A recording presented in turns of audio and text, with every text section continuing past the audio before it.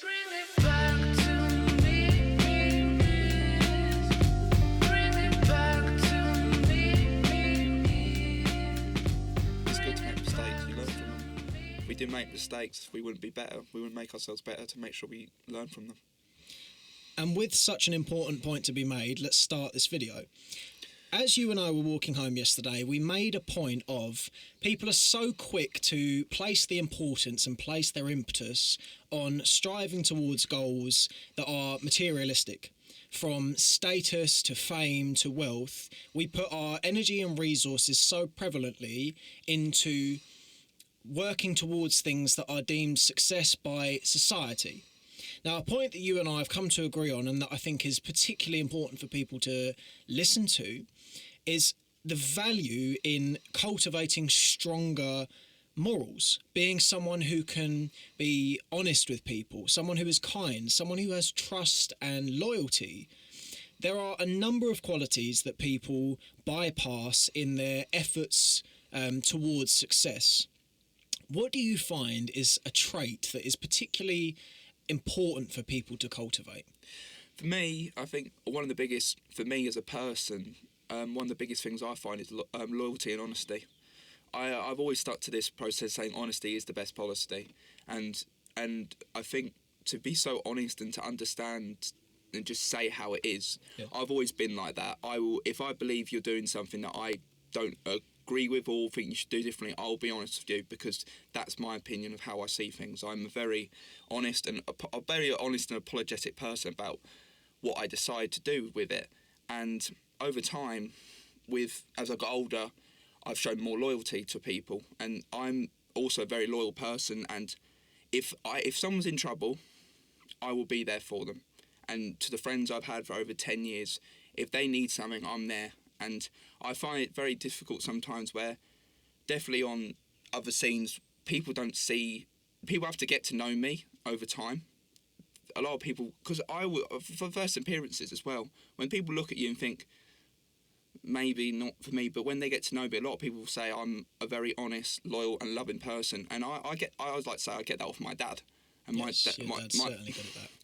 And I've learned over time that what was the point of being human?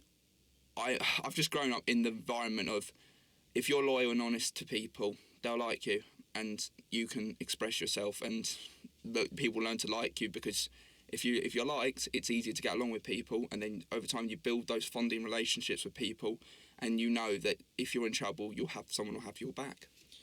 The world is a better place when people get along. Yes. I find that loyalty is one of the first things. Loyalty and trust are some of the first factors that fall away when people choose to strive for more.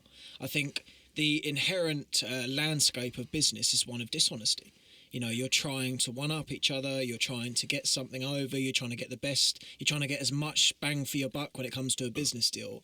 I think it's critical that we move away, in some respects, from this consistent striving just for material success. I think a point that I would love to go into on this is when people strive specifically for status, money, fame, whichever of these sort of materialistic social expectations of success, I think people can put themselves in a category in which it's either they're a success or they're a failure. They either made it or they didn't. They've made enough money or they haven't. I think when we perceive ourselves in such black and white ways, we lose touch with some of the most important aspects of our being. I think we forget that at our core, we're not supposed to be famous. Fame doesn't exist in the monkey world. We're not supposed to be striving towards Bugattis and Lamborghinis. Yeah. It's not our inherent response to our existence. I think if people could look more objectively on the importance of becoming a good person, I think happiness is given with that. I think it's almost a certainty that you will enjoy more of the world, because you're no longer looking and thinking, if you're working, say for instance, let's use the podcast as an example. If I looked at this and went, I need to get 10,000 subscribers, make this much money each. If I fall anywhere below that, I have, in my eyes, failed. If my objective for the podcast is to provide a useful message for people, help someone, be a force for good as much as one can be in the world, the minute I try, I succeed. Now, success, so long as you're willing to try, is a given when it comes to something like loyalty, because all you need to do is try. Just be loyal. It's not a difficult thing to cultivate, but it's a wonderful thing to have. And the reason why is because people don't place emphasis on it. No one sets out to go, I want to be a loyal person. Let me caveat that. So no one goes, I want to be successful. What do you want to be in success? I want to be loyal. No one says that. If someone said, I want to be successful, what they would say is, I want this business to do this thing. They wouldn't say, I want my friends to know that I have their back if they need it. I think your point is absolutely right. No one looks at loyalty in a successful world. When they see you in the outside view, they say, "Oh, he's successful. He's got a business and stuff." No one sees you as a success if you're loyal and honest. And no one, I don't see people saying, "Oh, he's such a loyal and honest person. He's done really well." Everyone looks at each other's bank account of what they wear. Achievements. They just look at achievements. They don't see the person inside of, oh, he's really nice, he's honest, he's loyal, he's a loving and down-to-earth person. I find a lot of people don't see that. To them, they're looking at an outside perspective of, have you got a lot of money? Have you got a nice house? Have you got this? Have you got that? Is he the owner of Apple? Is he done this? He's done that? And I think, but none of us here as humans strive. We strive for success and we strive for money. But I don't. In my humble opinion, money's helpful. It's a nice thing to have, and it does make it easier to enjoy things with money. But I don't think money is the full-on. You don't need to be a billionaire to be happy. You can have a bit of money. You can have a bit of money, there's like a certain amount you can have, but you don't need to be Brazilian rich. Like my dad, he owns a little bit. He owns a good bit of money, but I wouldn't say he's rich and down owning in a big house or a mansion or anything. But he's got a bit of money, but he still has that down-to-earth quality about him, which is why I love him so much, because he's grown into a certain environment, and he's learnt from that environment, so he can be a hard-working man who loves his family. He loves all of us, loves my sisters, me, and I strive to be someone like him. Have a bit of money so I can support my family, but also keep the morals that I believe 100% in, that people know he's a loving and down-to-earth person. It makes me 10 times happier, and I know that if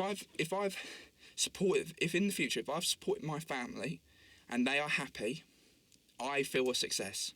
And exactly, that's the point that I want to make prevalent here, is we need to reframe what it means to be successful.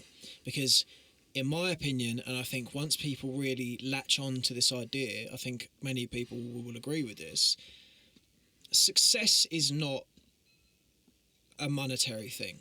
Success is what you are as a person. Success it's not I earn X amount of money, which means I can provide for my family. It's I can provide for my family. I think there's a fantastic quote with regard to a point you made there on the amount of money that people make, that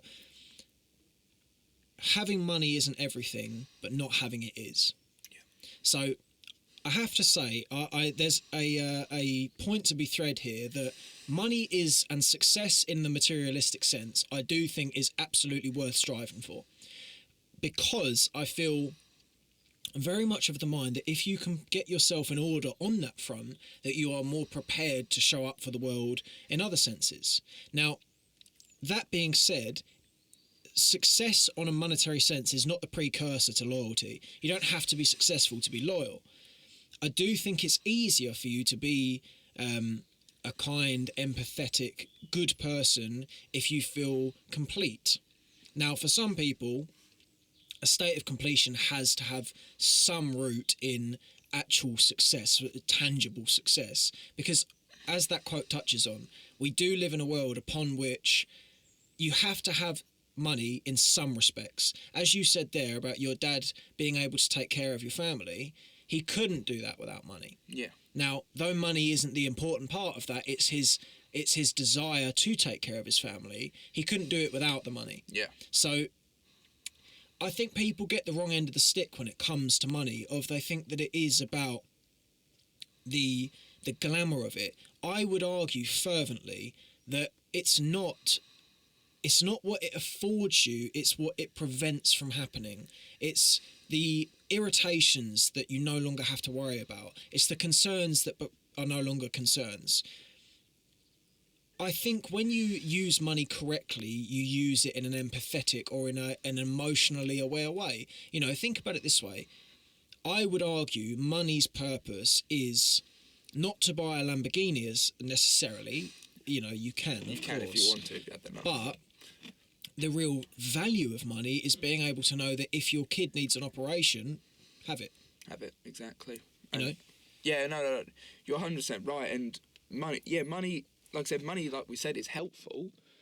But to me, money is a successful thing for me, and you need to have money to basically, for me, money's purpose, in my opinion, is to support your family. But if you have the money, if you are successful and you do have the money, yes, you can go and buy a Lamborghini, but it's nice, but I don't.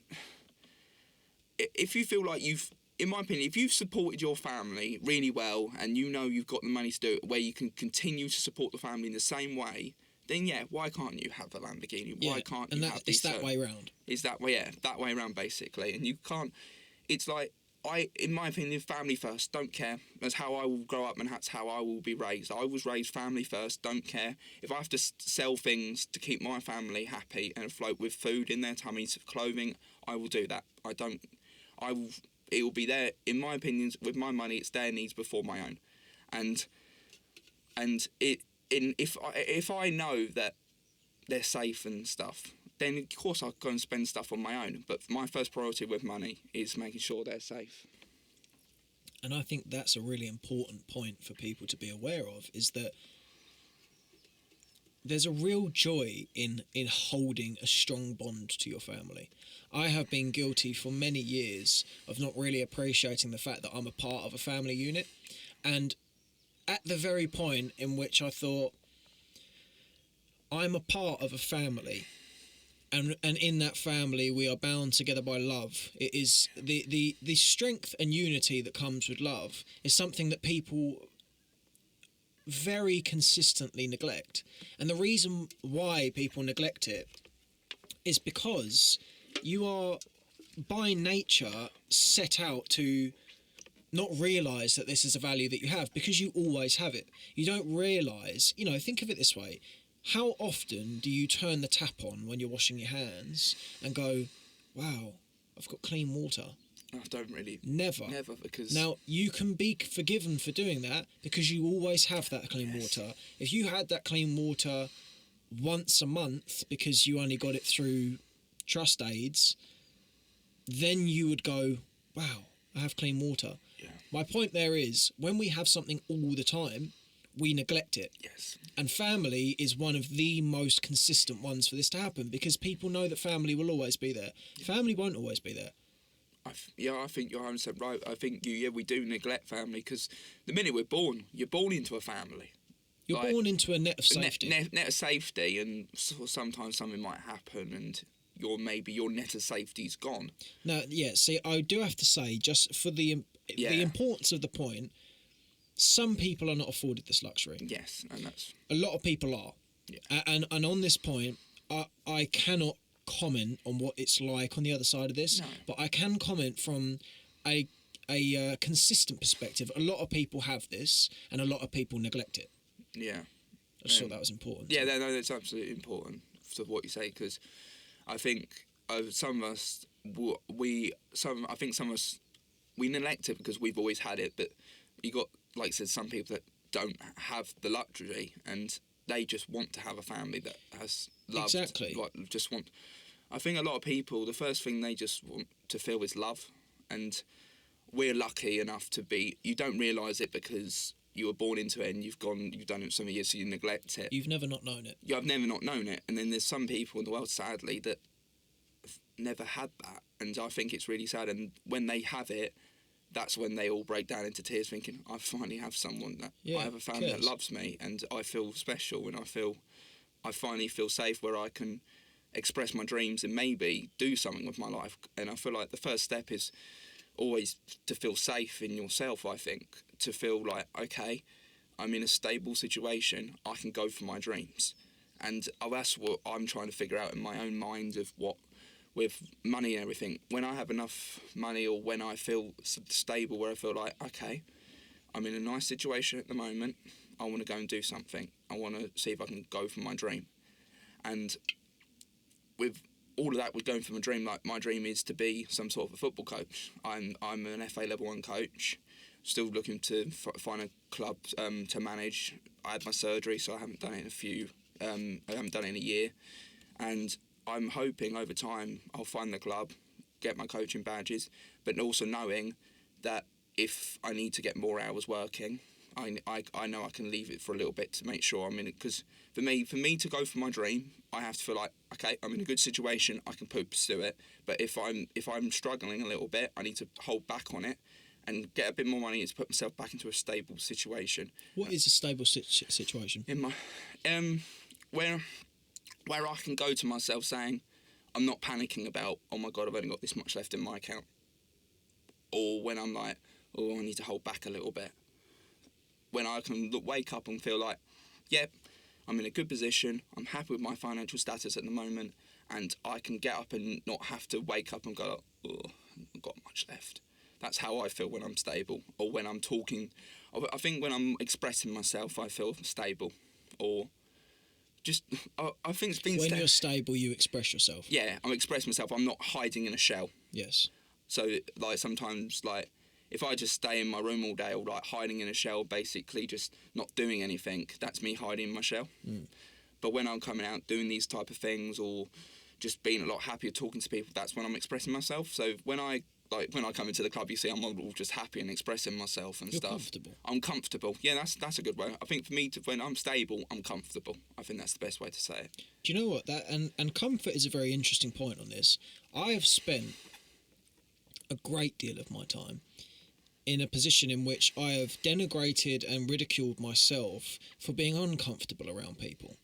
I've spent many a time irritated looking back on a recent experience of going, you were so charismatic or kind or just the person you want to be with that person, and then you met this person and you're like the most anxiety-induced incel, like the definition of Aspergic here. Yes. And it's terribly annoying. Now, the reason I want to sort of underpin this in this conversation and make a point of confidence is we ridicule ourselves on this point a lot. A lot of people wonder, why am I so confident or so funny with some people? You know, Yes. Some people are poised to laugh with you. It's like you cannot help but be funny around them. And others, it's almost as though you don't know what humour means. I think it's really important that people actually open up a little bit more about what it means to be confident, because confidence is not necessarily something, I think people consider it this sort of tangible thing that you either do or don't have. Now, the reason I want to make a point of it is confidence, people sort of assume that in order to be happy or comfortable in a situation that you have to be confident.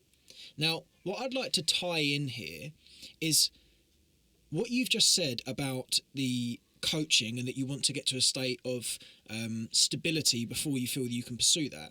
I'd argue you don't have to get to a state of comfort to be happy. Why do you think that you need to get to a specific state before you can pursue something? I think yeah, I can understand what you mean. I think it's so I can put 100% into it. Like, I'm not double-crossed by mind or overthinking it. I think that's why I don't like to pursue something. If I'm backpedaling a little bit, if I'm not going to put my full effort into something, I don't see the point. And I think that's a problem in my mind, that sometimes maybe I should go for it a little bit more than I do. And I like I said, I think I just find it a lot easier in myself to go for something where I don't have to think about other consequences of, oh, am I actually happy? Am I stable? Am I this? So when I know I'm stable and happy, I know I can put 100% effort in and I can feel a lot better about myself and go like, yep, I'm good, I can carry on. Do you not think, though, that point there that you said about you're not going to wonder whether you're happy, you're not going to wonder whether there's issues, do you not think that is sidestepping the fact that when you pursue things, you invariably encounter difficulty? Yeah, you're quite bang on that point. To be fair, I don't know. Maybe I'm scared of failing. I don't know, or like not take it. I think it's not taking the risk. It's like basically saying I'm basically being safe. Are you scared to take the risk? Yes, I'd say I am scared to take the risk because I'm like, do I really? It's hard to explain really for myself. I don't want to fail, and I think that's another thing. Failure for me is very hard for me to deal with because I just want to make, in my mind, I just want to make people happy. I want to do things. I want to make people laugh, and when I fail in certain things and like, oh, I should have done this, I should have done that, I feel horrible about myself, and I want to. It's hard for me to express it. It's how I feel, really. Have you considered, just on that point, you said you don't want to take a risk. Yeah. Have you considered that not taking a risk is risky? That's double meaning of that. Have you... Let me just clear that up for you. Yeah. Have you considered that not making a choice is itself a choice? That's a really good. Yeah, that's a really good question. Because choices for me, but my family will back me up on this. Never give me a choice. I'm awful at making decisions on like choice of this or that. I've been since young age. I've been awful at making choices. So in the end, my parents just make the choice for me because I've always struggled with it because I can't make a decision. So I end up sitting there for about 20 minutes trying to make a decision. It's just like we haven't got 20 minutes to make a decision. So that is one of my, I'd say that is definitely one of my weaknesses, choices. So for me, it's like, it's basically that run, fly, and I can't remember the whole thing. It was like run, fly, and like stand still. Fight, flight, freeze. Yeah, that's basically it. And I'll basically, if I don't want to confront something, I will just fly. I will fly sometimes, and I think that's with risks for me. If I don't feel stable, I don't want to risk it, I'll just fly away instead of confronting it. And I think that's just how I am. I'm trying to get better at that. I definitely understand what your meaning is, but at the moment I'm in that stage of just, I need to push myself to take the risk, but I don't want to take the risk because I'm in a happy situation, if that makes sense. If I'm in a happy situation, why do I want to take that risk? Why are you scared of failing? Yes. Why are you? Why am I scared of failing? What people would think. Who? Myself, other people, even though they probably won't think about it, or they'll probably tell me in my own personal battle in my mind, I am scared of what other people will think, even though they might say, oh, don't worry, and that in my head I still think they worry. And I think that's another thing. I don't want to fail my parents. I'm scared of what they think, and I know they love me and support me, but I want to do well. I want to make them proud, and that is one of my goals in life, to make them proud of me, just to say that I did this thing and I'm doing well, I'm doing this, and I just want to make them happy. And sometimes when I make silly mistakes and I have to just talk myself and saying, why did you do that, Alex? You're so silly, you're so stupid, and all of that, talking myself down, because I do that sometimes, even though that's basically how I feel things, and that's why I'm scared of failure. I just don't want to let people down, I don't want to let my family down, I want to be a true success. Not true success. I just want to have the idea of I can support people, and for me that would be successful. And I also want to make sure I got a job where my family go like, "You're doing well, Alex. You're doing really well. You're doing what you need to do." And I just, like I said, for me the main goal, make people proud of you, and make people like you don't need to, I don't want to make everyone like me. That's just impossible. But I just want to be known. I can't. It's basically kind of, I want to be known like my dad. To be fair, where everyone knows you and everyone, all they say is good things about you. I think that's kind of what I'm like. I just want people to go like, if I could barely go to every place. I'm like, are you Matthew's son? I kind of want to be like that. Like, are you Alex's boy, or are you Alex's daughter, or something like that? I just want to be known. Everyone just have a good impression of me, like basically like my dad, in other words. So yeah, you probably say I look up to him a lot, the way I talk about him. Because he is everything I want to be in a person, a loving, honest and hard-working man that loves his family and loves his friends. Allow me to tie two of our topics together there. Yeah.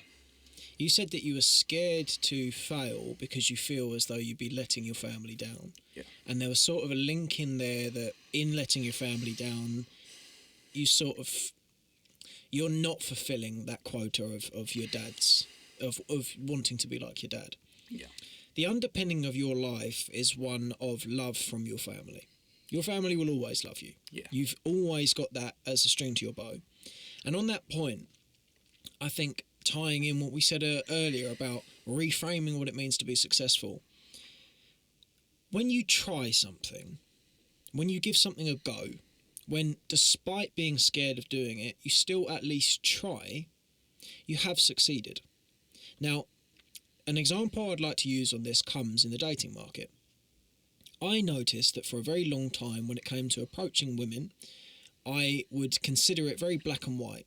You either go and you're Leonardo DiCaprio in all of his majesty, or you fail. You don't get the number or you don't show yourself well. It was cut and dry on that point. It was either you do well or you don't do well.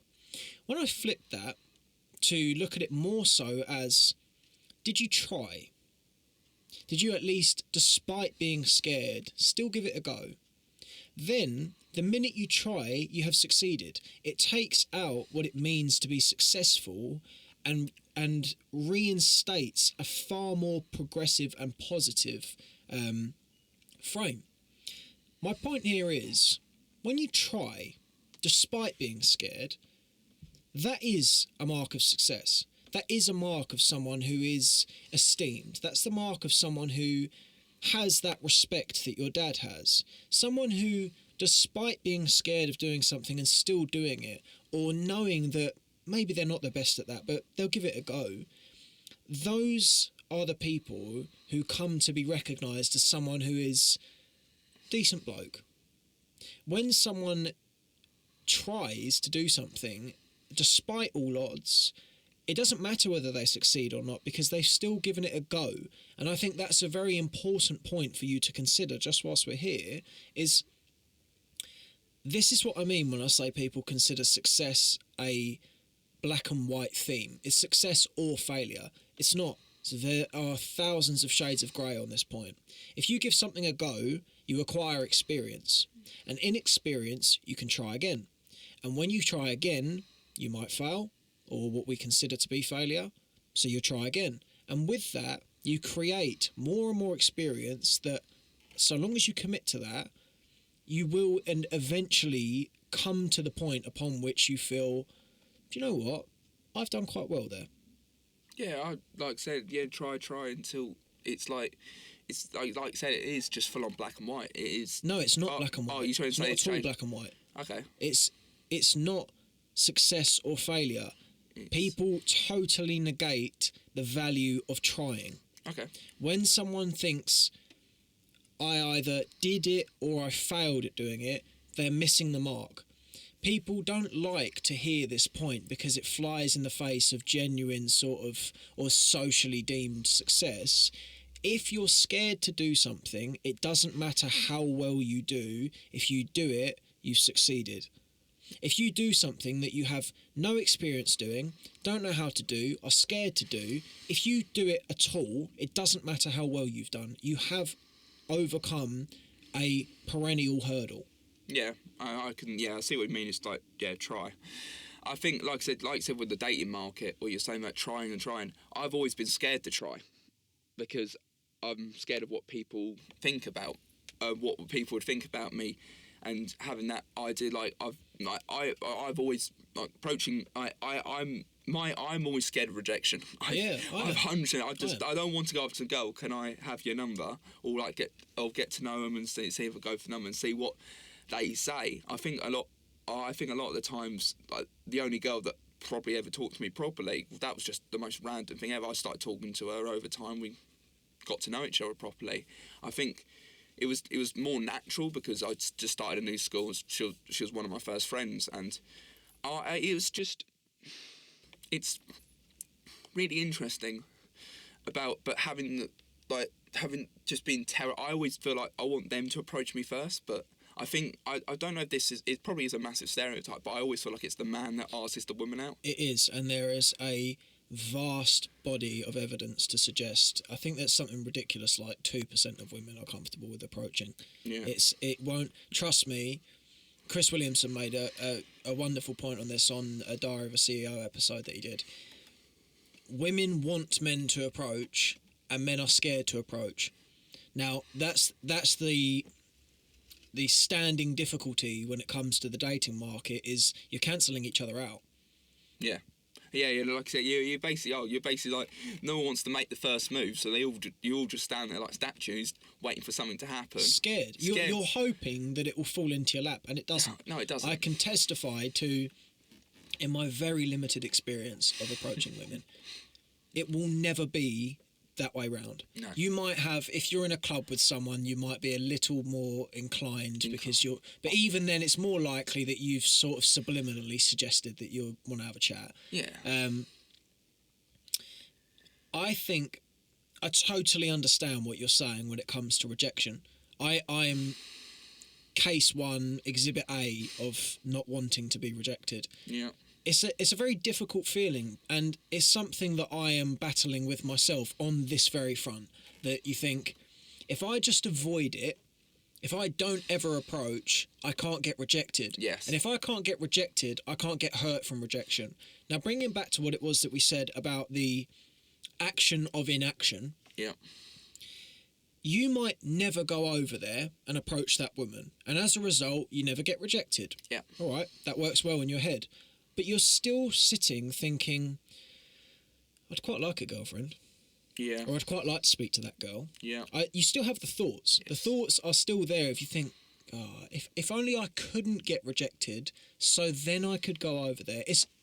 I would guarantee if you could go over to a woman with 100% chance that it will go well, you'd go over. Oh, 100%. No, 100%. If it was that easy just to go up to a girl and know that you won't get rejected, more people would do it. But and embedded in that, though, we assume that there's an 100% certainty that you will get rejected. yes, and you're 100%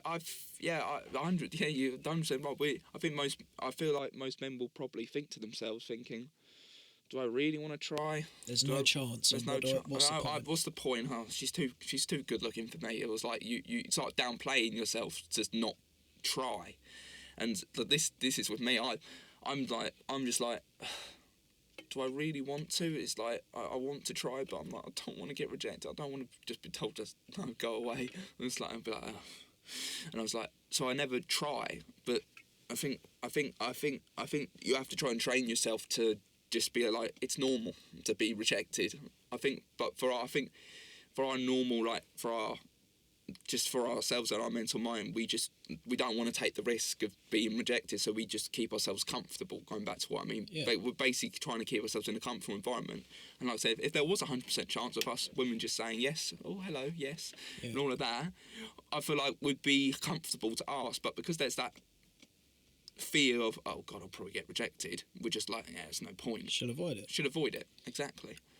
And I've just, like I said, and feel like with like online dating as well, that's a whole nother ball game of like, I think a lot of people look at online dating, it's very 50-50. I think it's like, because you've got to try and express yourself with words instead of seeing you in person and getting to know the person. So you have to basically put your best qualities on a dating app. And like I said, I've been on a few dating apps for a bit of time now, and I get basically no matches. So that also sometimes feels like another form of rejection when you've been doing it for months and nothing's working. So you think, oh great, I must be ugly, I must be this, and then you start doubting yourself even more.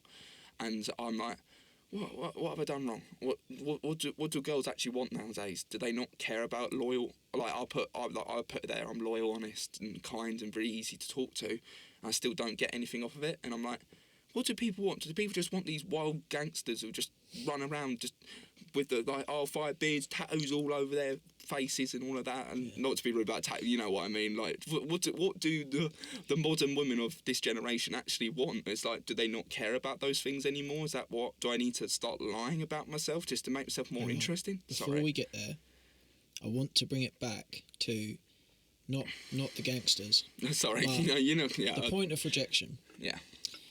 Rejection and the fear of rejection is deeply embedded into our psyche. Yes. When you bring it back to the way that we were as a primal being, rejection meant death. Yeah. If you were rejected from your group, put it this way, logistically, it makes much more sense to be with 10 people fighting a lion than on your own. Yes. That fear of rejection is deeply ingrained in our psyche because it means danger. On the point of being rejected on a dating app, I think this is reason number one as to why I, despite indulgence, hate dating apps. You said there's a feeling of rejection. There is no notification that comes up and says, I didn't match you because XYZ. Yeah, I know. That doesn't happen, but you are rejected in the form of silence. Yes. Have you considered that these dating apps are programmed in a certain way as to, one, optimise certain people over others, and two, blunt your account so that you pay money for the memberships? Yes, yes, because I 100% agree. Because like most of these dating memberships want you to pay so more people can see you, and I think maybe that's another reason why I don't get seen as much, because they don't hide that. I must add. Yeah. You say, "Oh, you want to use Hinge X? You'll get seen." They literally say you will get seen more. So that in itself, you look and you go, this is not a fair market. It's not. And that's an important point I would like to explore with you, is I think when we look at what you said there, what do women actually want nowadays? What is it that women want? I think it's so difficult in the nature of a dating app for you to actually, you can't portray yourself in that bio. Someone could quite feasibly write a bio saying, I'm loyal, I do this, I do that, and be none of those things. Yeah. It's a text on a screen. Yeah. You can't say I'm charismatic on a screen. No. You can say it, but it's not charisma. It doesn't have the charm of charisma. This is one of the serious issues when it comes to dating apps, is the aforementioned qualities that are so important for us to cultivate, you cannot display on a dating app.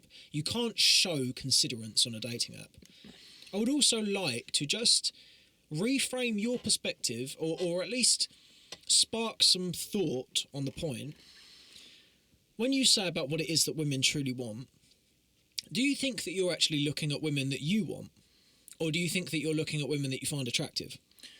I think for me, I feel like it's a lot. I think it's both. I think it's sometimes I'm looking for a woman and I'm looking for someone that I find attractive, and I still believe personality is more key to me than beauty. Beauty, yeah, is an additional bonus, but if you're funny and you're yourself, you're just down to earth and just like have a laugh and stuff, I'll find you probably really attractive. But this is the problem when it comes to dating apps. You don't see that bit. You can't see that. The foot in the door is the beauty. Yeah. That's what you see, which means that all of these apps are optimised towards a specific demographic. Exactly. Now, don't get me wrong, this can quite feasibly sound like two people going, oh, didn't think you were beautiful anyway. Yeah. And throwing the baby out the pram. But I think it's quite important actually to open a conversation about whether the women that most people pursue are genuine people that you want to spend your time with, or someone you just find devilishly attractive. Yeah. Like I said, yeah, you are right. Like devilishly, like you can have people that are devilishly attractive and stuff like that, because that's what you see on dating websites. Because they don't see you as a person. The first thing they think about is attraction. Yeah, and the whole thing is based around what someone looks like. Yeah. The first thing you see, someone's face. Do I like them? Yes. Yes. Do I think they're attractive? No. It was like whichever way it is. Whichever way it is. Yeah, like exactly. If you find them attractive or not, because that's basically what. I think you are right. That's basically what dating website is. You're just looking and see, oh, they're attractive, and then you see what happens if you meet up, and then you see the personality, and then you figure out from there lack of personality. Like, why the hell did I swipe you? And then you think. And you see this a lot as well. You see a lot of the time people are wonderfully attractive, with no substance at all to the character. Yeah. Because, and this calls back to what it is that we're speaking about of the hallmarks of success, we're in a very transactional state in the dating market. It is, go for it. Yeah. It is very much a, are you someone I find attractive? Yes, okay, well, you are sufficient for me.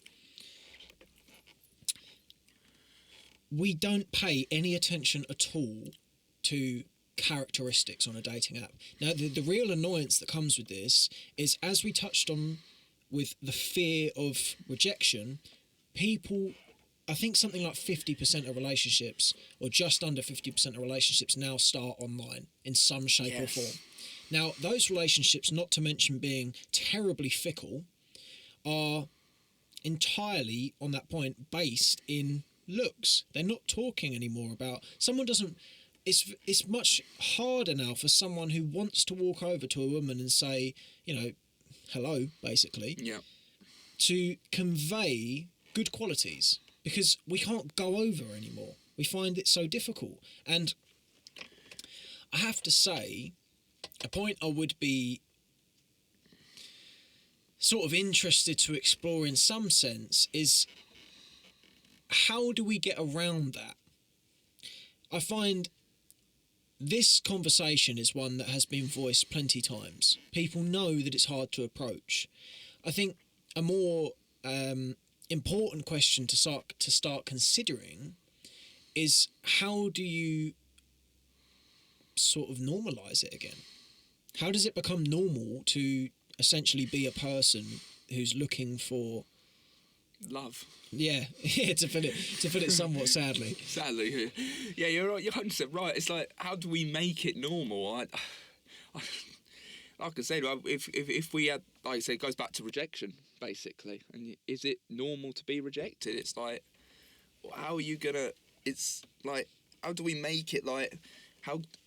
I think the best way of like love and relationship, I think the best way they come is knowing people from other people. So it's just a natural progression. So I feel like knowing, let's say, get to know one of your best friends who knows a girl, and you just go who already knew them, and you basically talk to them over time. So it's like a gradual reputation. So they get to know you. So you're not going on your own to go and you're not going to go and ask them out, but you're getting to know them as a friend first from another friend. Yeah, and then it gradually becomes easier. Because I think it's the first interaction that's the scariest. Absolutely. And over time, when you get comfortable and then you talk to them more time, then you might start talking to them on your own because you know them. I think when you're on your own and you just go up to a girl and say, "Oh, I think you're really cute," or something like that, or like saying like some sort of flirtation or something. Insert flirtation. Insert flirtation, and you find that you get rejected, but. So like I said, going back to what I was saying, I think it's easier to talk to women through your friends knowing them, than going up to them on your own when no one knows who she is, not one of your friends knows them, and doing that on your own. Because, like I said, one of my friends' girlfriend knew one of my best friends before they met, and then they met, got to know each other, and now they're dating, and they've been dating for like 2 years now. And I find that's more common than just going up to a girl like dating apps and stuff and meeting them. Yeah. And so I think it's always good to say that I think most great relationships start from the friend zone into something more because you know them as a person, then just going straight in and just starting to flirt and see what happens. But sometimes people are just, I think, for me, I'm at that stage now where I don't know if it's jealousy, knowing that other people have got I know people have got other halves, like both my best friends, both have girlfriends. I know that's jealousy of like, I want that as well. Or I think I just want to also just feel loved, or like, I know I've got my family and all of that, but that different kind of love where I know that they like me for me, and like I said, jealousy and all of that from other friends. So getting to know people and just not having that fear of rejection, basically. And I just want to feel confident. But I think people to give me a chance. I think that's another thing, to give me a chance to. I would argue, though, on that point of you saying people giving you a chance, I would say that you're asking for the opportunity to fall into your lap. Yes. which we've just touched on there, doesn't happen. It doesn't happen. Now, I do want to make a point of this. This is something that my mum and I have had somewhat of a contentious point on. This is a very pessimistic scene at the moment. People think, oh my God, I can't get a girlfriend. It's not going to happen. How do I find a girlfriend to talk to? Or how do I find a girl to talk to? I think there is this sort of scene at the moment where people have really bought into this idea that if you approach someone, all of a sudden you're a pervert and you're going to get done for it. Yes. Come on, this doesn't actually happen. This is it. I will argue this point with anyone that wants to argue it. I really don't think this is as much of a problem as people think it is. I think the vast majority of people would have no issues at all with someone coming and approaching you, or them. I think the real issue that comes here is, one, people don't do it. So in fairness to women, they don't know how to respond because it doesn't happen to them. Yeah. You not going over means that they don't know what to do because they don't get approached. Now, I think we sort of pander to the very, very small demographic on this that would have an issue with it.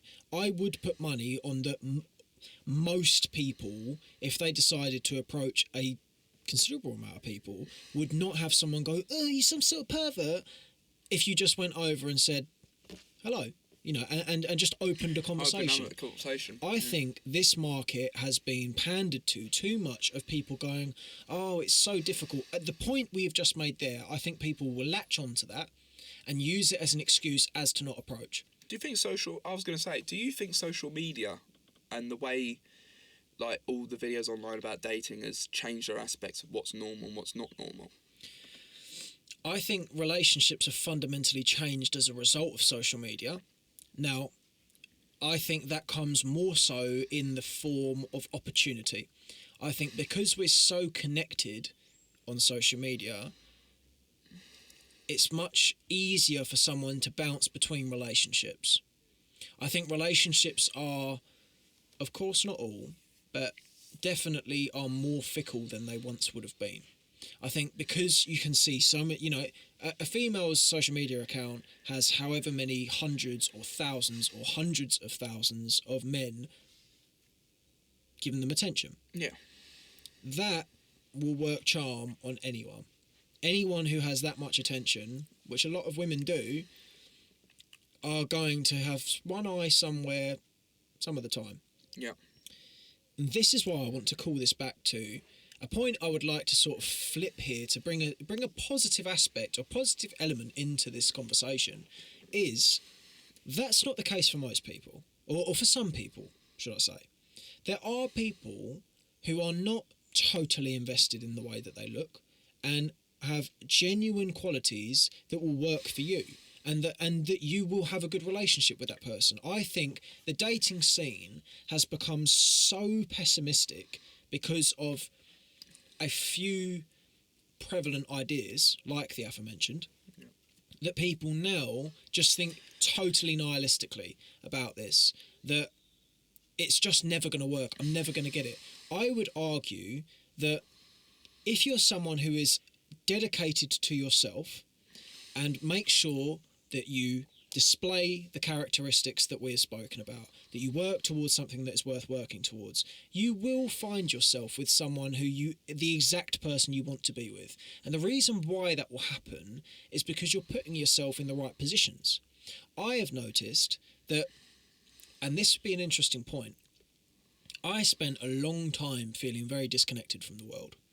Now, coinciding with that was my total abstinence, or relative abstinence, of social media.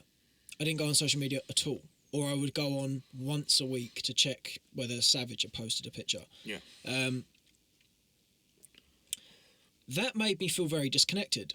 I feel very connected now. I speak to a lot of people. Social media is something that I think in a large quantity is an awful thing, but I would also argue that the dating market and the way that the world is the way that the world is. And you should play into that. I think people... How do I tie this in well?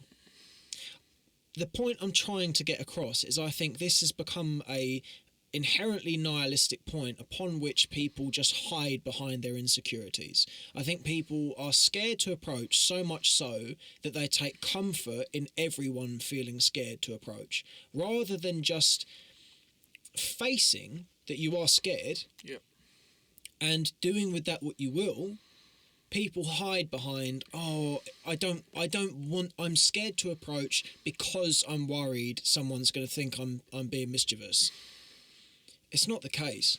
No, it's not the case. I think we're all just trying to get by, and we're trying to be happy with. I think we all just want to feel something, but we don't want to risk being called like perverts and stuff like. But this is my point though. Is I don't think you would. I think this is a handful of experiences that, let's not forget, are the Me Too movement downstream. This is downstream from that. Do you know what the Me Too movement is? No. The Me Too movement, my understanding of it, was essentially directly attached to the Jeffrey Epstein case. Oh, okay. So all of what went on there, all of that depravity, which of course is a wonderful thing. He should be brought to light for what it is that he did. Yeah. And that movement is brilliant for that. Downstream from that is people getting the same sort of allegations for nothing like the same things. Now, this is my point, is because this comes from a fountain of wickedness in the form of Jeffrey Epstein's cases, people think that the same thing will happen to them, and they think they're somehow similar to that. It's not the case. People are not going to all of a sudden, because you walked over and said hello, or said, I just wanted to tell you look nice today. Yeah. People are not all of a sudden going to go, oh my God, you're an absolute weirdo. Yeah, you can't it's do not this, going to can't happen. do that. And people, as I say, we pander to this sort of small demographic who would have this response. Most people are not going to do that. No, yeah, like I said, we can, if we all just believe that they're not going to call you something, they'll probably just say, oh, we're busy or something like that. I think a lot more people would do it. It's self-imposed. It is a lot. I think it's a lot about self-confidence in yourself as well, to believe that it'll be all right. You're not going to go to jail for just saying hello to a girl or a woman. We catastrophise tremendously. Oh, catastrophising is one of my biggest. It is for a lot of people. Like I said, for a lot of people, catastrophising is, we just catastrophise and we think about the worst, not the positives, because we're thinking, oh my God, if I go up to this guy, I might be called this, or I might fall over, I might do this, I might do that. So we think about 20, 30 reasons of why we shouldn't do it, and then we think about a lot of the time, and many people think about the positives. No one does. No one thinks about it. It's a very uncommon thing for people to do. Yeah. We walk into these situations thinking it can only go bad. We never think about it going well. No one ever walks onto a stage thinking, inherently thinking. Yeah. You can sort of push that thought into your head, but no one walks on a stage thinking, this is going to go wonderfully well. People think, oh my God, am I going to fall over the step the minute I get on? Am I going to forget my lines? We catastrophise so consistently. Yeah. Well, yeah, like, you are 100% right. It's like, catastrophising is like, because what I learned that in CPD. CBT. Yeah, CBT. I learned that in cognitive behavioural therapy. That's it. I learned that about when I was in there as well, doing about catastrophising, about thinking like, when you go up and go like, what's the worst that's going to happen? Just say to yourself, what's the worst that's going to happen, and try and think about the positives, because a lot of the time our brains are taught to just think about the negatives. We don't want to think, oh, this is going to go well. No, this won't go well. We'll think about 20, 30 wrong things, but we won't think about the positive things about it. It calls to the safety mechanism. It's safe. Yeah, it's safe. We're all going to we'll think, all right, looks like there's a lot more going against this idea, so we're going to just fly, not fight it. Yeah, avoidance. Avoidance, exactly. And when we avoid something, and then this goes back to, are we successful then? No, you're not. Because we didn't try. You're not. And this is my point, is people assume, I did this with music for a very long time. I was terrified to ever perform. Now, music kind of requires that you perform. Yes. As a result of that fear, I didn't perform. Because I didn't perform, I was very comfortable. Because I thought, every time someone went, spit some bars quickly, I go, no, don't. Spit some bars. I didn't. Yeah, maybe sometime. Well, maybe it's someday. fine. I didn't, and I felt comfortable as a result of it. But I wasn't moving forward. I was stagnating as a result of that. Because I was making myself comfortable, but I was losing every single time when I did that. Yeah. Like I said, yeah. Confidence, and you. It's the idea of trying. If we need to, even though we don't want to try, like I'm absolutely guilty of this. If I don't feel comfortable, I'm not going to try. But if you try, you could be successful, and I think trying can be a successful thing. It might go well. It might go well. If I just had like the ball, just go up and just say hello and see what happens. If they just say we're busy, just say okay, it didn't work this time, but at least I tried. I did something I didn't do before, and I think if you could feel a bit of joy thinking I did something, I actually had a go, and I went and asked and see how they were, and if they were busy, like okay, maybe next time. And I think the more you try, the more you feel like you'll get comfortable with it, and to the point when you get confident with it, you act a bit more confidence in your voice when you say hi. Yeah. And then they feel like, oh, he's confident. Yeah, and then all of a sudden this starts working well. It starts working well, and then maybe you get a little conversation, maybe buy them a drink and see where it goes. And before you know it, you're on like a mini date with a girl that... Before you know it, you've got a wife and 3 kids. Yeah, before you know it, exactly. Before you know it, you've got a wife and 3 kids, and then you go and tell the kids how you met your mother. Exactly. Exactly. And I think it's like one decision.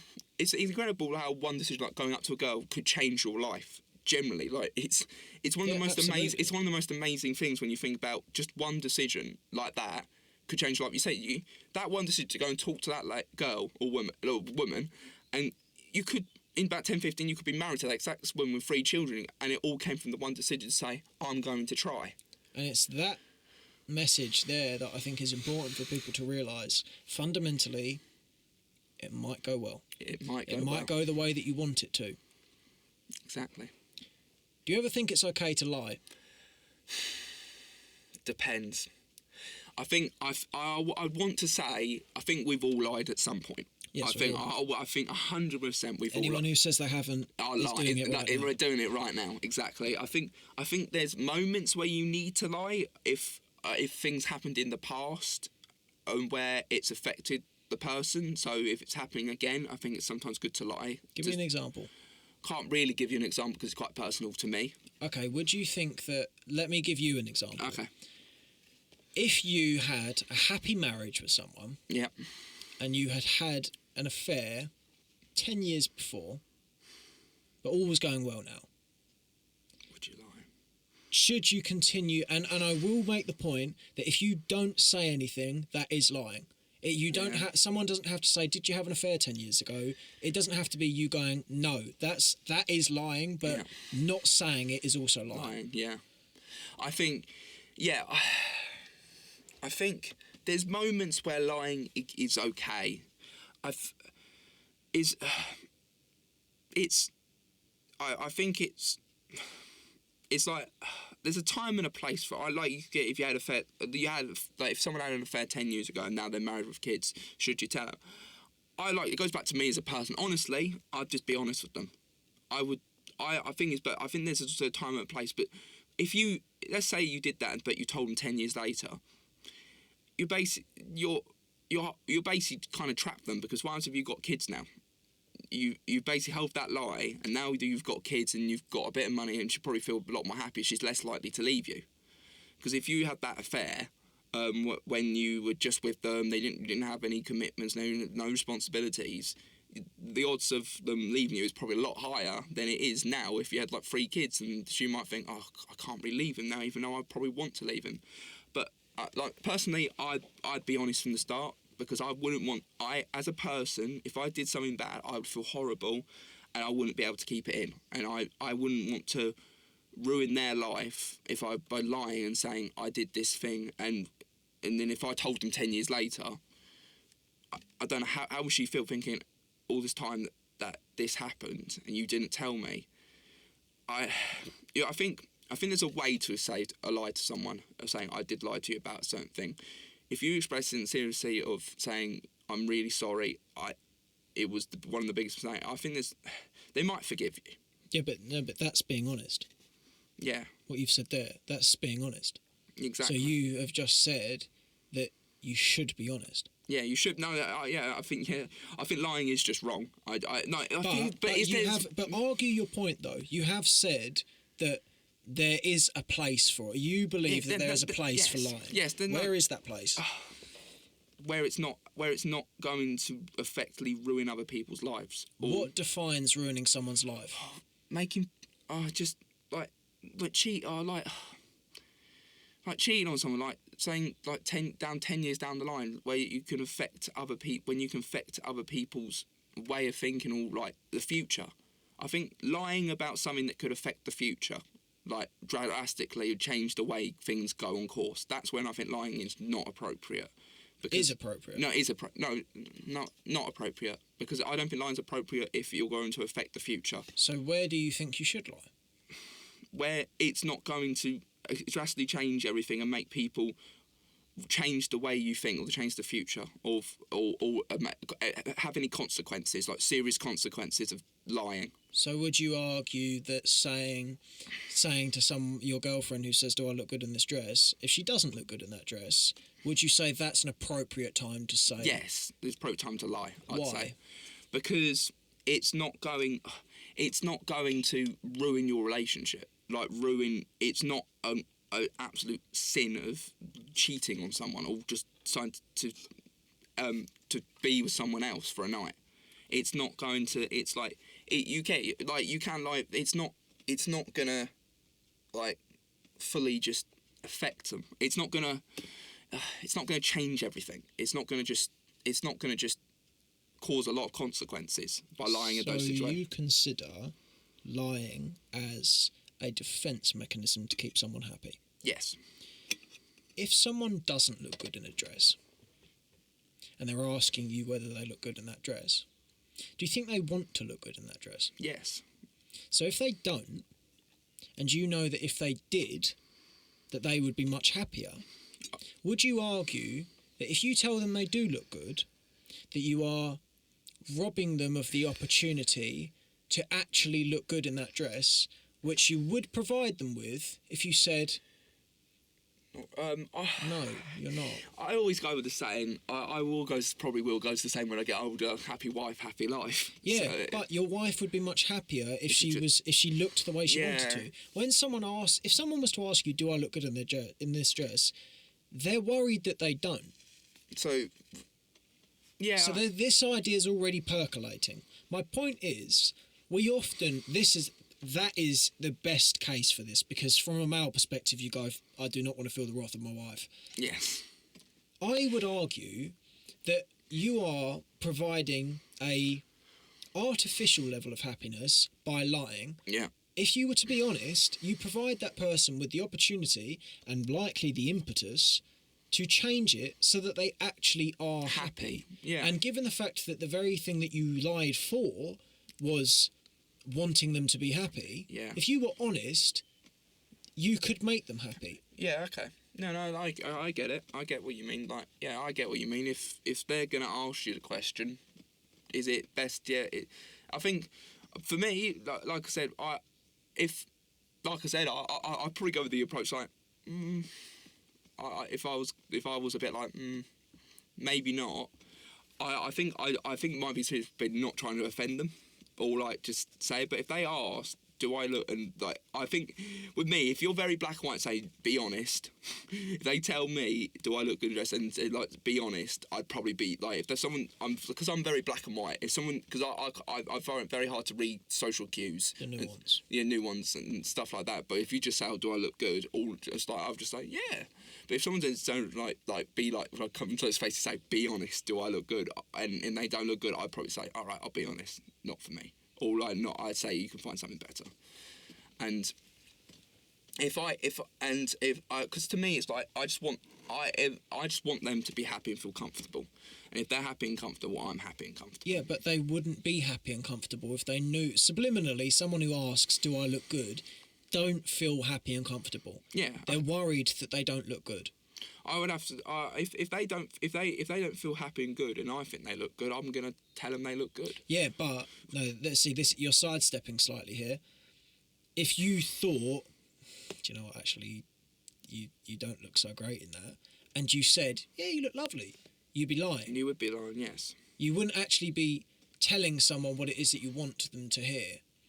I think that we use lying as a mechanism to protect ourselves, and then we put the other person as the mask for that. I think actually, if you boiled it down, you don't want to face the pain and the discomfort of their face when you say, Right. do you know what, actually, it's what you're actually, you don't want to upset someone, but really you don't want to face how uncomfortable that position will be. Yes. I would argue, my mum is a brilliant artist, okay? Yeah. Recently, she did a drawing that I didn't think was as good as she could have done. I'm very honest with my mum Yes. on the work that she does. And the reason that I'm honest is because I know that she is capable of great artistry. And I know that she wants to pursue that. So if I lie and say, that's wonderful, that's as good as you can do, there's no room for her to improve towards what she wants. Okay. If I look at a drawing and the ear of the dog is not quite the way it should be, if I don't tell her that, she can't make that drawing as good as it could be. And if she doesn't do that, she's not going to be happy with it anyway, because an artist knows. Yeah. And she can't improve to the point that she wants to improve.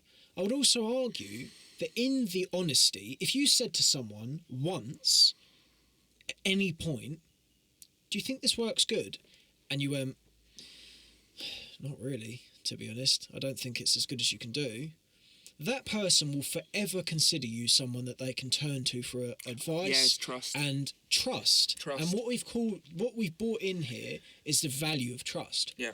I know that my mum values my opinion on her work because she knows I will be honest. Yes. It's not that I have the artist's eye, it's that I will be honest. I will tell her what I think. If someone knows that you will be as honest as you can be, and be blunt, yeah. that makes your opinion so much more valuable. Yeah. And also, think about it this way. If someone always says, oh, it's brilliant, wow, amazing, fantastic, that's really good, to everything you do, there will be a part of you that thinks, but I can get better. Like, at one point, think about it on an objective scale. If you did your really basic work at the start, and now you're here, and someone's got the same response, well, you can see that these two things aren't as good as each other. You can see that one's better. Yeah. So you can sort of tell that someone is just saying what you want to hear anyway.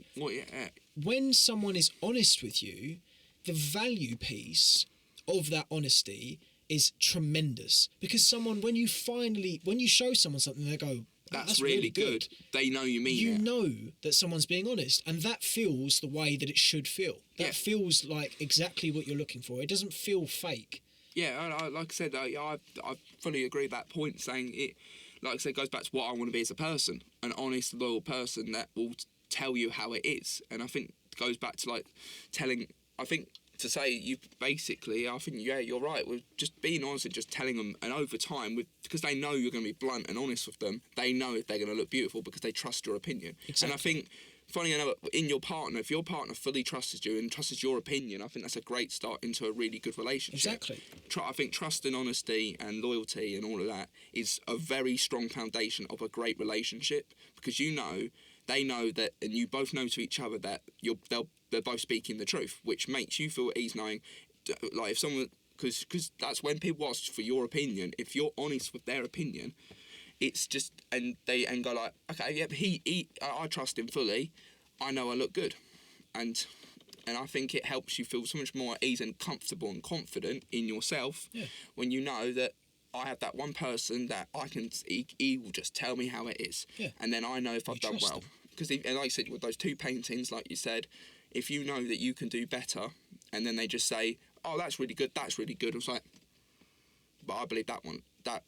You know one's better. I know one's better than the other. And you've given the same response. Given the same response, exactly. I think, similar to the plunge of risk, people don't want to go toward the discomfort of being honest. If you're honest with someone, you provide that person with a level of candor that means you make that person more likely to be happy. Is the simplest way that I can put that. But we don't want to take the plunge. We don't want to take that great leap towards, well, if I say that, it might cause an argument, it might cause a problem. But as you say there, you would be instilling a level of trust and honesty in your relationship that would do you well. It would do you well. Because it would enhance your relationship with each other. You would know that he's honest. Yeah. And I think an important thing, and this is something that I have used, and I know this works, is I have said to my mum, she'll say, what do you think? And I say this because I want you to do as well as you can. I don't think it's as well as you can. I don't think it's as good as you can do. Yeah. And it's and it upsets her. Of course it does, because it's not a comfortable thought. You can't get around that part. But so long as you solidify that, the reason I say this is. Sorry, I was just going to say it strives for improvement. Yeah. If someone's honest to you, you can become better. It makes you a better person because you know that you're afforded that opportunity. You're afforded that opportunity to look at something and go like, all right, he says I can do better, so I can do better. It gives you a chance to improve as a person, which I think is an incredible thing. When you know that, when you can look at that first painting and now this new painting, I think it's like, oh my God, the improvement's drastic because he told me I can do better, so I need to know what I need to do better. Yeah. And I think that idea, or when you look in a dress or something, that idea of telling them you can do better. I know there's something that will fit a lot better than what you're wearing right now, and it makes them want to improve and make sure they do look their best to the point where I'm really happy, and you can just tell in her way of smiling or gleamness that I can tell, she's happy and I'm happy. She's genuinely happy. She's genuinely happy, and you can just see, because when they're not asking the question, do I look beautiful, because I feel like when they ask you these type of questions, they're doubting themselves. Yes, they are. So if they're doubting themselves, does that mean they're really happy? Exactly. But if you could tell the way their smile are, or like you can tell just with their body expression, or their body language, of oh my God, she's happy with that, and I'm really happy with that. I know I'm honest, and because I told her that it's the honest truth, she feels better about herself, and she knows I'm ready to go out and because I'm happy. Yeah. Do you think, amidst our heavy, how shall I put this? Do you think that the amount of emphasis that we are putting on mental health awareness is making people weaker? It depends, really. Mental health is definitely more of a publical thing now than it was 10, 15 years ago. I think mental health's a lot. And I can understand us emphasise it. I think us being more sympathy to it has definitely, I can see why people are taking advantage of mental health problems to the point where some people won't go back to work and all of that, and like employment's down and all of that, because people are just taking those sick days off because I can't do it anymore on my mental health. And I think we are being a bit over the top at the moment. Like I said, I've struggled with mental health in the past, and I still struggle now, but I've gained an improvement over time with my mental health, so I feel I can go back to work. But with some people, I think they overuse it, or like they overuse it. I think to the point where some people use it too much of an excuse.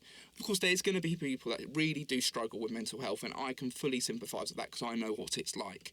But I think there's a point of it's too far and you're using it too much as an excuse, and there's a point where they need the help.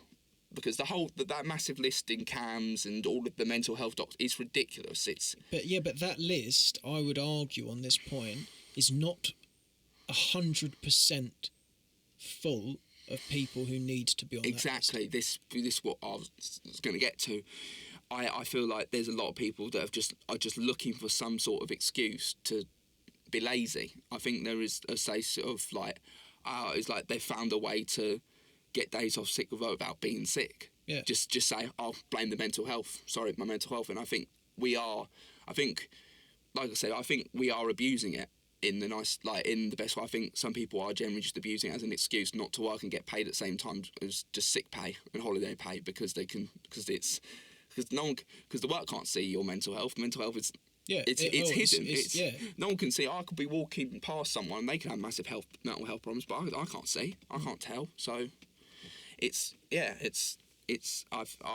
say, in my opinion, I think there's a lot of people that are overusing it as an excuse.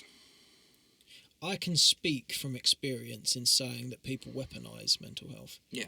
I know that there was a point in time in which I used my perceived mental ailments as a status symbol, for one, and also as an excuse to allow poor behaviour. I notice a lot now that people use their mental health as an excuse as to avoid facing something that they should face. I think rather than opening an honest conversation about what you're suffering with and looking into how much control you have over that, I think people cower and hide behind what you have touched on as a widely recognised method of being able to get what you want. Now, I am a firm advocate when I say I think if you live a life of purpose and you do the right things, you are much, much, much less likely to feel depressed, anxious, whatever. I think a point just to clarify there is depression and anxiety as two of the most common themes for people to sort of have are not things that some people are born with and other people are not. It's not you have predispositions, but anyone can get anxious or depressed about anything. It's not something that only depressed people get. And I think in that we have pathologized what it means to be depressed. If life is not going well for you because either life is not going well or because you're not bothering to do anything, you are going to feel depressed. Yeah. And in that, people go one of two ways. Rather than thinking, sometimes life is hard and I need to face that. Or thinking, what am I actually doing? And is this conducive to a happy life? Rather than doing that, people just go, I'm depressed, I'm not going to deal with that. I can speak from experience in saying that the minute I decided to start taking care of what it is that I eat, sleep well, not be up until 3 a.m. playing games, not do drugs all the time, not be watching porn, not be just doing these things that are so conducive to a negative mindset, the minute I decided I'm not going to do that, I'm not going to spend my time doing that, I became happy. A change of what it is that you actually do is critical to this. And I think a lot of people, you could quite feasibly look at their lifestyle and say, someone says, I'm depressed. Right, what do you do? And they do all of the aforementioned things. And they will say that the reason why they do those things is because they're depressed. I think it's the other way around.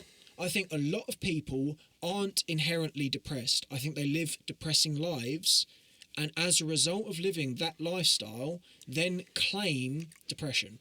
Yeah, I think you're right. I think because people will try and find the easy way out. If they're stressed and all of that, they'll find some sort of easy way out, and so they'll go like, how do I find an easy way? I'll blame my mental health. Yes.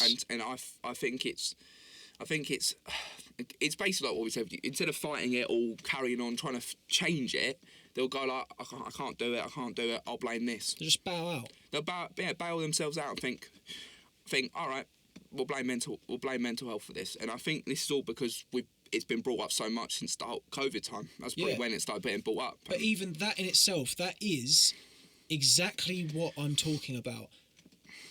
COVID brought depression was rife in COVID. It was. Why was it rife in COVID? Because people weren't connecting with each other. Yeah. Because you couldn't go out and do what you wanted to do. Because you weren't living a normal life. So what you're saying is, and I I wish I had the statistics to this because I bet they would be positive in my favour here. I would imagine that a lot of people no longer consider themselves depressed post-COVID. I think a lot of people thought they were depressed during COVID because they were. Yeah. Because you were in a situation that was depressing. Yeah. That is my point.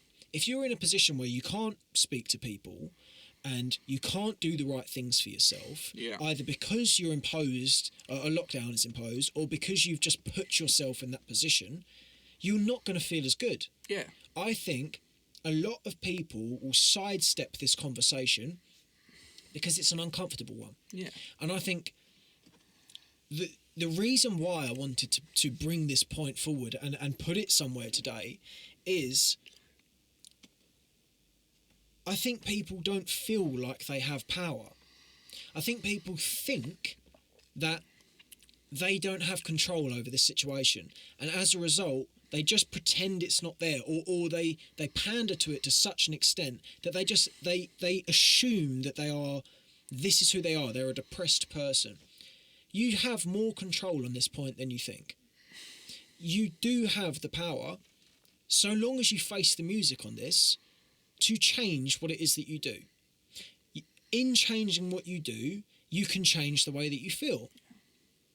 People don't like to think this. And the reason people don't like to think this is because it's far easier to just continue identifying. To go back on, to go on the points and basically saying it's an easier way. Do you think because of COVID and because people were basically earning their wages just sitting around doing nothing, do you think that's another reason why people don't want to go back to work and will come up with an excuse because they kind of did like it? Of just even though we got depression, depression was seriously high during it, and then it kind of died down. Do you think there are just some people that generally liked the idea of just sitting around, just earning the money, just doing nothing, and Absolutely. then soon when we all started coming out of COVID, they were like, I can still use the mental health card and continue to earn my money by saying I've got mental health problems and going out and doing things, because basically with all the restrictions gone, he's earning money and going out doing what he wants. I would argue it's not necessarily as malevolent as that sounds. Yeah. I think a lot of people sort of make themselves believe that they're depressed when they know intrinsically that they're not. Yeah. They find a reason. And don't get me wrong on this point, or trust me rather on this point, you can make yourself believe something. You can just continue feeding yourself a point until you identify as someone who's depressed. I know this from experience. You will go around talking as though you're someone who is just collecting mental health ailments. It's not foreign to me. I know exactly how people do this because I did this. When I realised that the way you think you're feeling is not always the truth, and that sometimes upon reflecting and having an honest conversation with yourself, you realise that things are not the way you think they are, things change. I think this point is contentious because it's sensitive. I think on other things, people can objectively look and go, you could look at what you thought 3 years ago and you could look back and go, do you know what, I was wrong there, couldn't you? Yeah, no.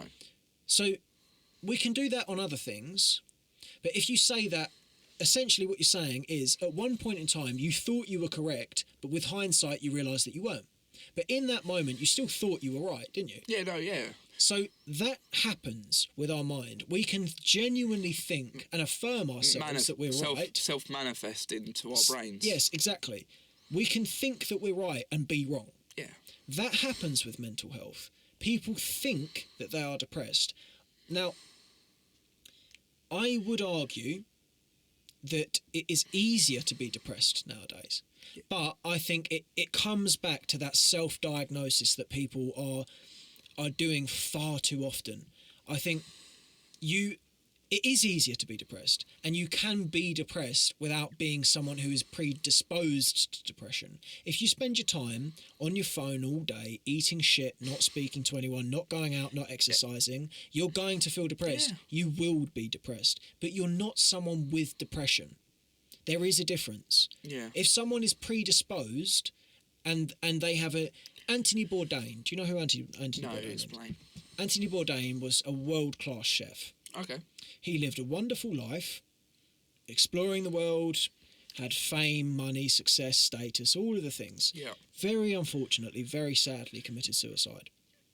In his suicide note, he said, "I've lived the most wonderful of lives and I just can't be happy." That's what depression is. That is depression. That is, yeah, no, it's... Yeah, Now, the difference here is people can feel that way. Anyone can feel that way. Yeah.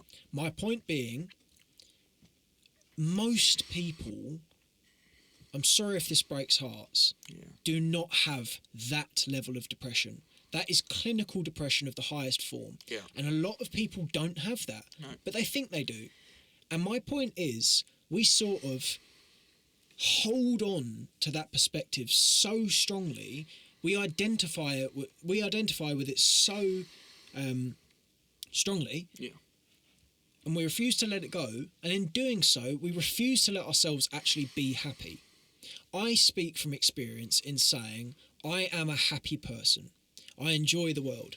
Don't get me wrong, I am also a stressed person. I'm also someone who experiences depression, reasonably often sometimes. But I know when I do the right things, I'm far more likely to be happy, or at least happier than I would have been. Yes, and I, like I said, the idea of being clinically depressed. If you're doing all these things like have money, go out and do this, and you're still not happy, then yes, you're clinically depressed. That's the difference, though. That's the difference. Yeah, and a lot of people don't have any of those things. No. A lot of people, and let's boil it back, because not everyone's going to have fame and esteem and all the rest of it. Let's boil it back to what those things provide you with. Those things provide you with purpose. They provide you with entertainment. They provide you with connection. They provide you with experiences. They provide you with good parts of life. Yeah.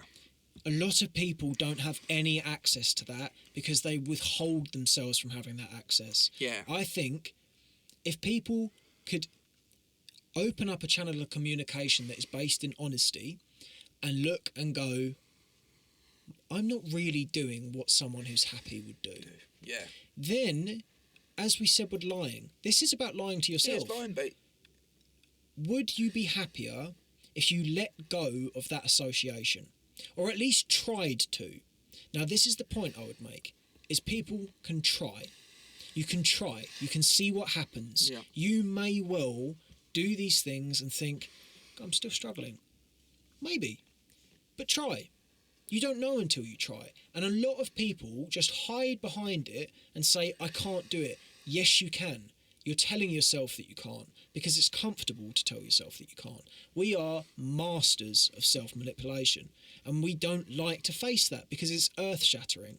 Trust me, when you face the music on this point, which often comes, I mean, for me, this was involuntary to a large extent. This was me living a depressing life for years, and all of a sudden something just went. I thought, fuck it, I'm not doing this anymore, and I changed. Yeah. And I decided I was not doing that anymore. That is my point. You can make that decision. A lot of people can make that decision, and we choose not to. You can make it. Yeah. Yeah, you've got everything. Point. I think we stop doing things and we just say it's depression. Yeah. And why can't I be happy? It's like I'm like. Well, I think I'm, the way you say it, I feel absolutely purpose for that. I think around 2021, 22, I was probably doing the same thing. I was like, I was just sitting in my room doing nothing, and I'll just say, oh, I'm depressed. But then, for some reason, around that time when I was doing stuff I enjoyed and stuff like that, I didn't feel depressed anymore. Exactly. And you were living a depressing life. I was living a depressing life, but I wasn't depressed. Yeah. And it was just, I'm basically saying that I can just sit around doing this, doing that. That is just depressing because you're not doing anything. But if you simulate yourself to do something, and like I'm saying, doing something, it's enjoyable. And like you say, are we just lying to ourselves? Yeah. Are we just saying? A lot of people are. Are we just lying to ourselves and just saying, "Oh, I've got depression," and we're basically just saying, oh, I'm doing this and doing that, I must have depression. Even though if we were to do something and then we basically go out and in depression, we're just lying that we have depression, doing depressing things, even though we don't have depression when we don't. We basically choose when we're going to have depression. Yes, yeah, and people do, as and when it suits. Exactly. It's like, oh, I don't want to go to work today. I'm just going to say I've got depression.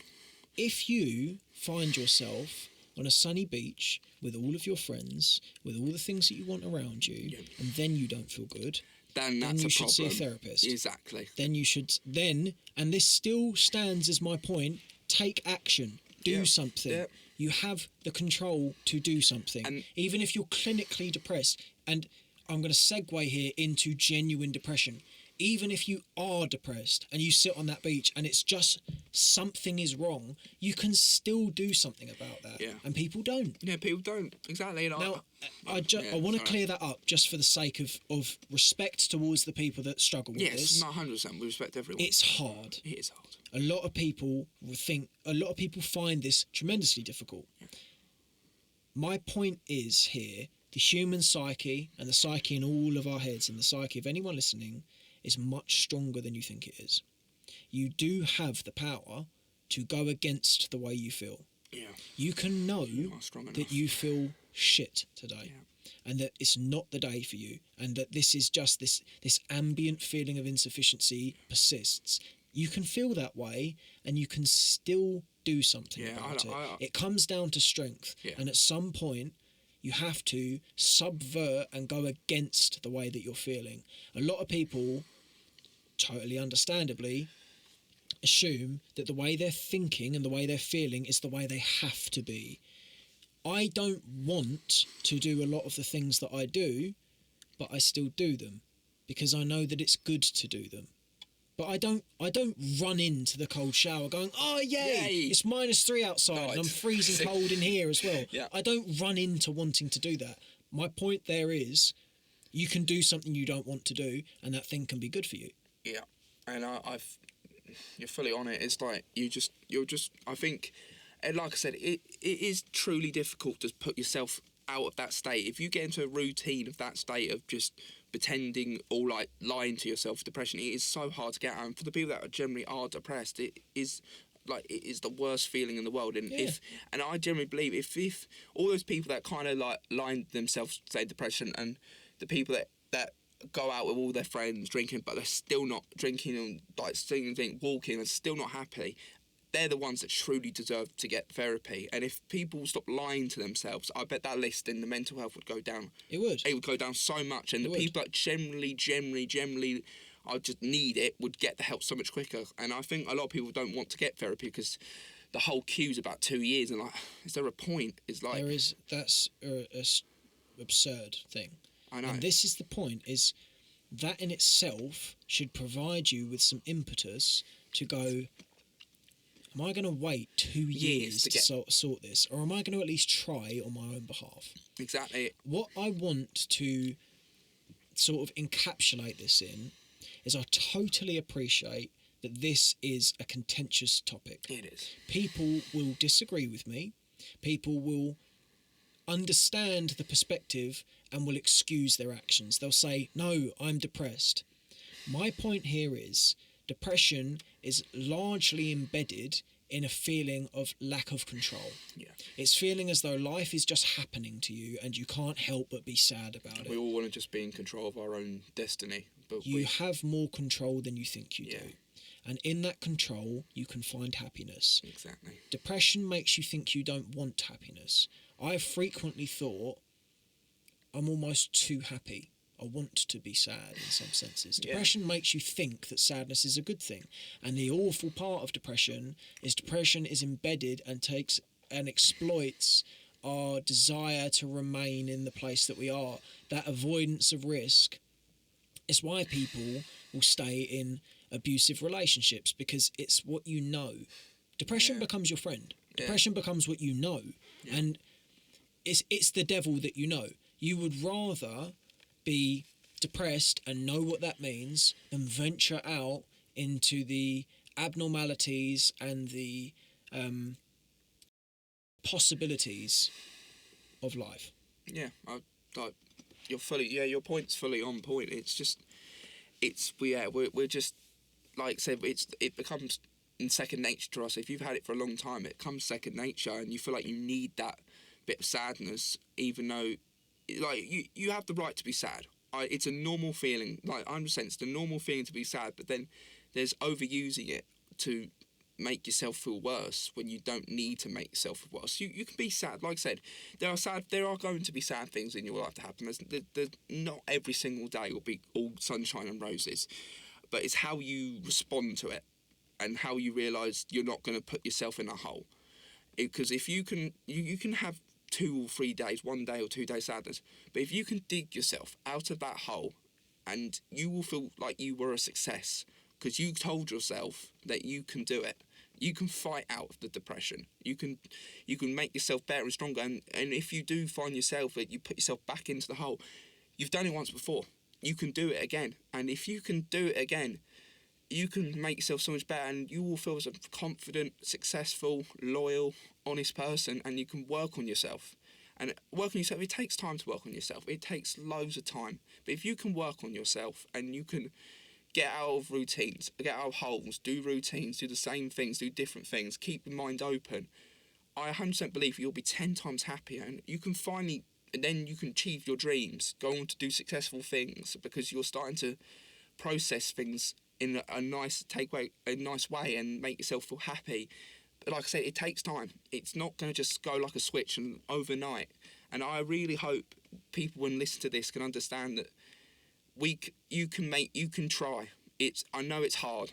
Don't tell me I am more guilty than this than anyone. You put yourself in a hole, and it is horrible and horrible to get out. But if you can try, you're on the first step to recovery. And I think trying is the first, like I said, first step to recovery. And if you can do that, the sky's the limit. And I genuinely believe that.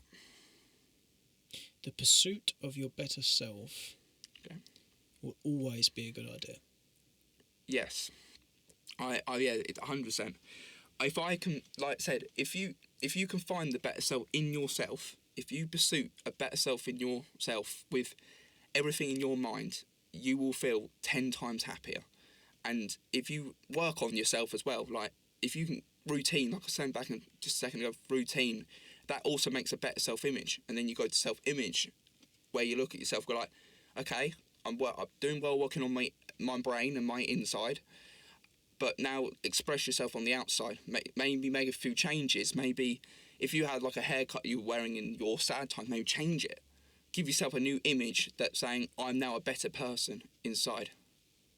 In your head, in your mind. On your buzz cut. On your buzz cut, there you go. See, so that's true. Didn't you change your haircut around the time to start? So is it to give yourself a new presence, would you say, after having, because you used to have long hair, didn't you? Like really long hair. Was that, like, would you say, was that around the time when you were coming out of depression? Because you said you had bits of depression. Was it to change yourself a bit? The buzz cut has come into play twice. Okay. Both occasions it stood as a form of reset. Yeah. The first time I was 3 stone overweight. I was miserable. I really didn't enjoy life, and I pretended that I did. When I got the buzz cut, it wasn't the first step, but it was sort of putting the flag in the ground and saying, this is something we're going to do. Yeah. We're going to try. We're going to try and do something better. It would be better for me to talk about the second time that I buzzed my head. The second time that I buzzed my head, I was stood in front of the mirror and I thought, I'm so fucking tired of caring what other people think. Yeah. I spent all of my life until that point wondering whether people cared, whether I looked cool, whether I was impressive, whether I had eyes on me, whether the pursuit of my life, even this came after I'd spent a few years at this point working on myself. I was still cared about my ego. I was still so embedded in this, even the work upon the self that came before the second buzz cut was still somehow embedded in. I'll do this, then I'll look even cooler. Look at me now. I have muscle. Now I have look at that. intelligence. Yes. The second time that I buzzed my head was the severance with my ego, I would say. I realised that I needed to, as best as one can, abolish the ego. Now, I can't help but caveat that I am uncomfortable saying that because I feel egotistical saying it. So there's still some work to be done. Yeah. But when I decided to buzz my head the second time, I realised that I had spent so much energy just caring what other people think. I spent all of my time in some way, shape or form living my life through other people. I thought, do I look good today? If I look good today, then maybe some women will find me attractive. Maybe some men will consider me a competitor of them. Maybe I'll just catch some eyes. I really had this embedded feeling in myself that I was dashingly attractive and that people had to look at me. Mm-hmm. Now, embedded in that was a sense of absolute insufficiency because I didn't really feel that way. I was hoping that with every day someone would validate that feeling so that I could feel that way. I was hoping that my looks would bring me somewhere.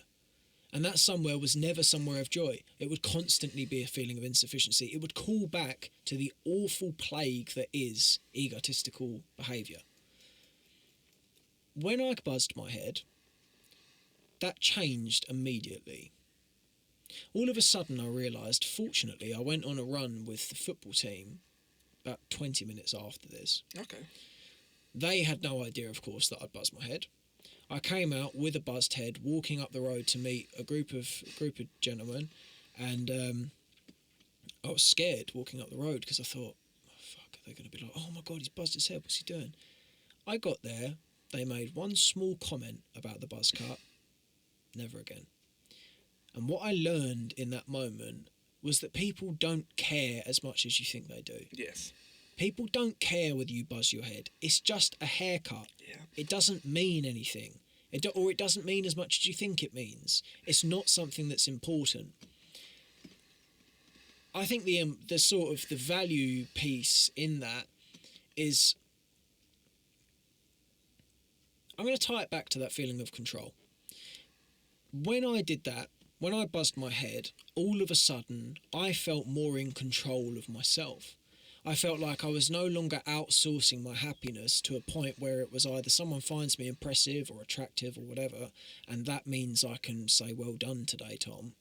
I now realised that my worth and my value to the world was directly proportional to doing the right things. I no longer cared so much about the way that I looked, I cared about the way that I was. I realised it was far more important to be a good person, to try and be a good person at least, to try and do good things for yourself, for other people.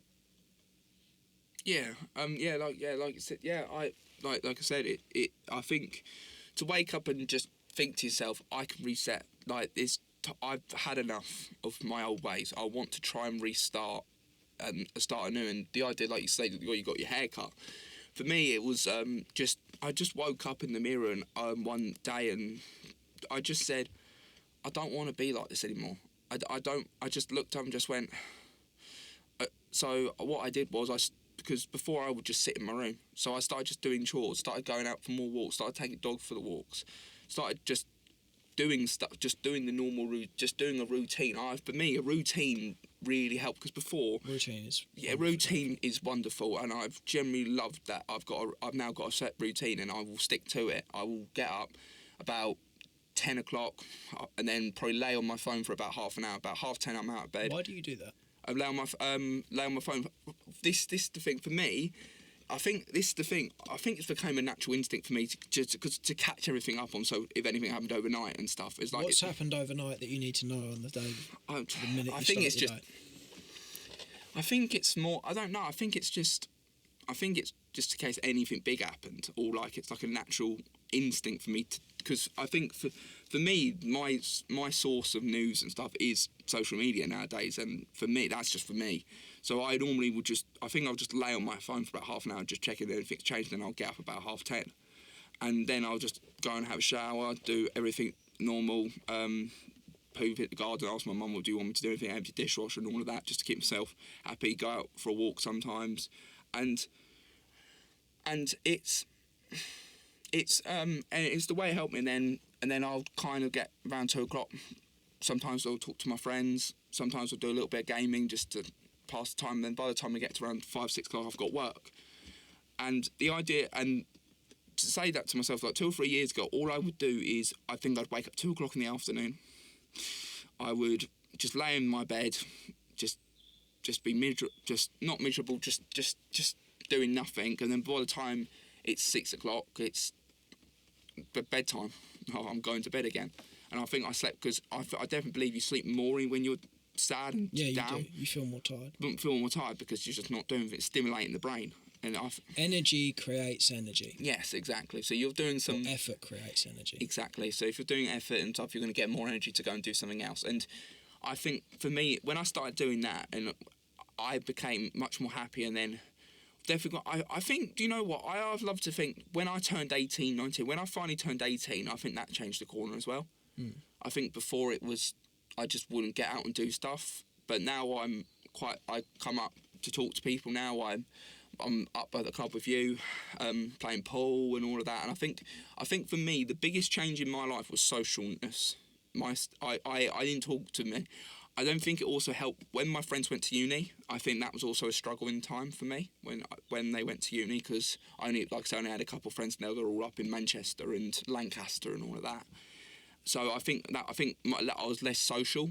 So when I said I'm going to be more social, starting going up to the club and talking to people, I think that helped out a lot as well. And I've got to know people, got to know you, I've got to know Ian more personally, I've got to know Sue, I've got to know... Better or worse. Love you, Mr. Bennett, you twit. I think I've just... And with that confidence, I'm more confident in myself. I'm starting to... Like, a lot of people like me a lot now, and I think I'm starting to believe that I'm actually liked, which is, I think, going back a couple of years when I thought no one liked me, I think that was also such a helpful thing for me. And for me, that was when I realised it's working. My reset's worked because I'm talking to people, I'm out, I'm not just laying in a pit and just doing nothing anymore. Every day I will do at least something to give myself energy to continue, and then by about 9, 10, 11 o'clock, I go to bed about 11:30 and it's just, and then same thing the next day. It's a lot happier, like, and I feel like, and it just gives you more self-perspective of yourself, and then that makes me know that once again I tried to change something and it worked. I was successful, which made me feel better and made me feel self-reserved on myself and made my self-image better because I'd made a few changes to my routine, and that improved my self-image, in my opinion. Yeah. Alex, I always enjoy speaking to you about these topics. Thank you. I find that you're someone who puts, appropriately toward today's conversation, honesty at the forefront of what you say.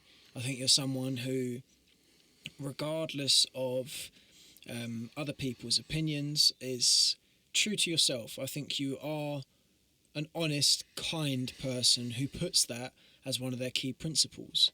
The reason I say that is based around what it is that we've spoken about today. I don't think you necessarily provide yourself with the appropriate praise. I think the image that you hope to cultivate within yourself of something like your dad, someone who is well-known, well-received, kind, loyal person, I think it is all too easy for us to forget our qualities and refuse to afford ourselves the luxury of telling ourselves when we do well, because we're fearful of being arrogant or we're just anxious to say it. Allow me to make it honest to you that the loyal, well-liked, trustworthy pleasant company that you hope to be is exactly what you are. Thank you. I do try my best, and that goes to me. Knowing that means I tried, and I tried to stick to my rules, and it's worked. And that's like makes me feel successful and makes me I'm doing the right thing. And I'm very proud of how far I've come in these last 2 years. All these like changes have been in the last 3 or 4 years, and to hear you say that, it does mean the world to me, because it means I've done something right and I've actually improved. And it always helps when I hear of other people, and most people, when I did the bar on Saturday night, and most people, Jane said to me the next day, they were so impressed of how kind and how amazing they were and how respectful we all were. And when I hear these like praise, it's like I'm doing the right thing, and I'm happy with myself, and I feel I've achieved and successful and tried and honest, loyal, and I'm just proud of myself, and that really is one of the things I desire for. I just want people to be proud of me, and I'm glad I'm doing that, and I'm glad I'm getting there. You certainly are getting there, sir. Thank you. Broski, always a pleasure. Thank you very much, Great mate. job. Thank you. Not the mic. Yeah, don't cut out the fist bump. End on the fist bump.